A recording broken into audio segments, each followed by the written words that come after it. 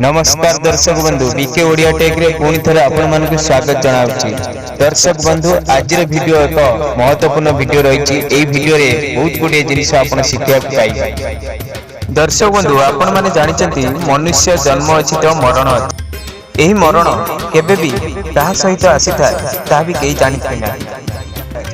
कहार आयुष्य केतेबेल बा पुरी जाए ये बा कहि परिबो।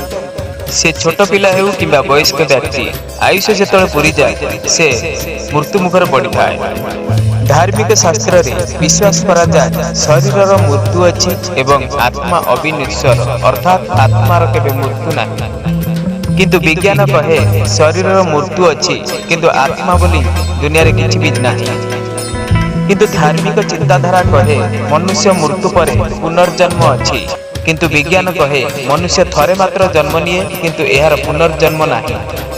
मनुष्यर मृत्यु विभिन्न उपाय रे ही घटिता। केही केही दुर्घटनार मृत्युवरण करिथांती, केही केही रोग सज्जार मृत्युवरण करिथांती, केही केही काहारी मध्य हत्या करा जाई मृत्यु मुखरे पका जाई थाए। लोक मानकर अजाणतरे बिना कोनोसी कारण रे जदि गोटे व्यक्ति मृत्युवरण करिथाए तार कारण जानिबा पई एहार उपाय अवलंबन करिबा पड़िथाए। सेही मृत व्यक्ति को डाक्तरखाना को निया जाई थाए एवं केमिति मृत्युवरण करिछि ताहा मध्ये जानिबा पई डाक्तर माने एहाकू पोस्टमार्टम करिथांती। एही पोस्टमार्टम रिपोर्ट रे व्यक्ति किपरि भाबरे मृत्युवरण करिछि ताहा स्वतःप्रत भाबरे सत्य भाबरे जना पड़ी जाई थाए। किंतु आजिर गुरुत्वपूर्ण विषय हेउछि पोस्टमार्टम रात्रि कहीं करा जाए ना, एहाकू दिन रे कहीं करा जाए से विषय रे मु आपण मानकू आरंभ शेष पर्यंत स्पष्ट भाव में जणाइबी।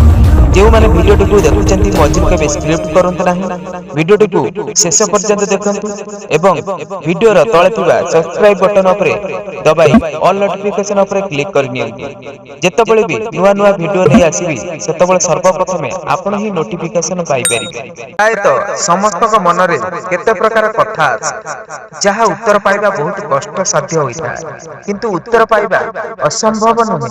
एमिति प्रश्न समस्त को मन को केबे ना केबे आछिथिबो जे सबर पोस्टमार्टम डाक्तरखाना रे रात्रि काहे करा जाय नै एवं दिन रे काहे करा जाय।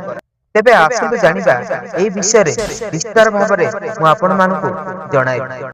आपण मानकू कहिबाकू चाहूछि जे सबर पोस्टमार्टम दिन रे करिबा पछरे केतक वैज्ञानिक कारण अछि जहा विषय रे बोधे आपनकू जणा थिबो कि नथिबो सेइटा मु कहि परिबि नै।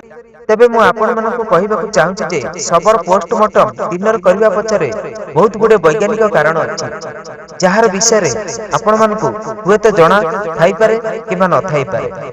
प्रथम कथा जहा जानिबा उचित एहा अटे कि सबर पोस्टमार्टम कोन पाई करा जाय थाए। पोस्टमार्टम गोटे प्रकार ऑपरेशन होइता जहा द्वारा सबर प्रतिक्षण होइता। सबर प्रतिक्षण एथिपई करा जाय थाए काहे कि ना लोकर मृत्यु असल कारण जाना पड़ता। पोस्टमार्टम पाई सब संपर्कीय लोकंक सहमति अनिवार्य होइता।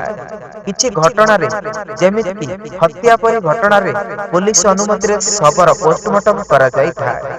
रिपोर्ट अनुसार व्यक्ति जनक मृत्युर 6 रु 10 घंटा मध्य रे सबर पोस्टमार्टम करिबा उचित अछि काहे कि ना एहा तारु अधिक समय हेले सबर असल मृत्युर कारण जणा पड़े ना। सबर प्राकृतिक परिवर्तन हवा आरंभ होई जाय। सबर पोस्टमार्टम करिबा समय सूर्य उदय ठारू सूर्य अस्त पर्यंत होइता। एहा पछर सबुठारु बड़ कारण एहा अछि जे राति रे ट्यूबलाइट बा एलईडी रो प्रकाश रे हा रंग बैगणी देखा जाय थाए एवं फोरेंसिक साइंस अनुसार बैगणी रंग घा उल्लेख होई नाही। राति रे सबर पोस्टमार्टम न कराइबा पछरे आहुरी गोटे धार्मिक कारण मध्ये अछि। केतक धर्म रे राति रे अंतिम संस्कार हुए नाही, सेति पई केतक लोक सबर पोस्टमार्टम राति रे करिया पई मना करन। तेबे एही सब कारण पई सबर पोस्टमार्टम राति रे नुहे बरं दिन रे करा जाय थाए। वीडियो टिकु जदि आपण माने देखिचंती ताहाले आपण मानकू अशेष अशेष धन्यवाद। एई वीडियो टिकु जदि भलो लागिची ताहाले आपण माने लाइक करी अन्य मानकू शेयर करंतु। परवर्ती वीडियो खूब शीघ्र आसीबो आपण मानक पाखकू से पर्यंत विदाय देंतु। जय जगन्नाथ।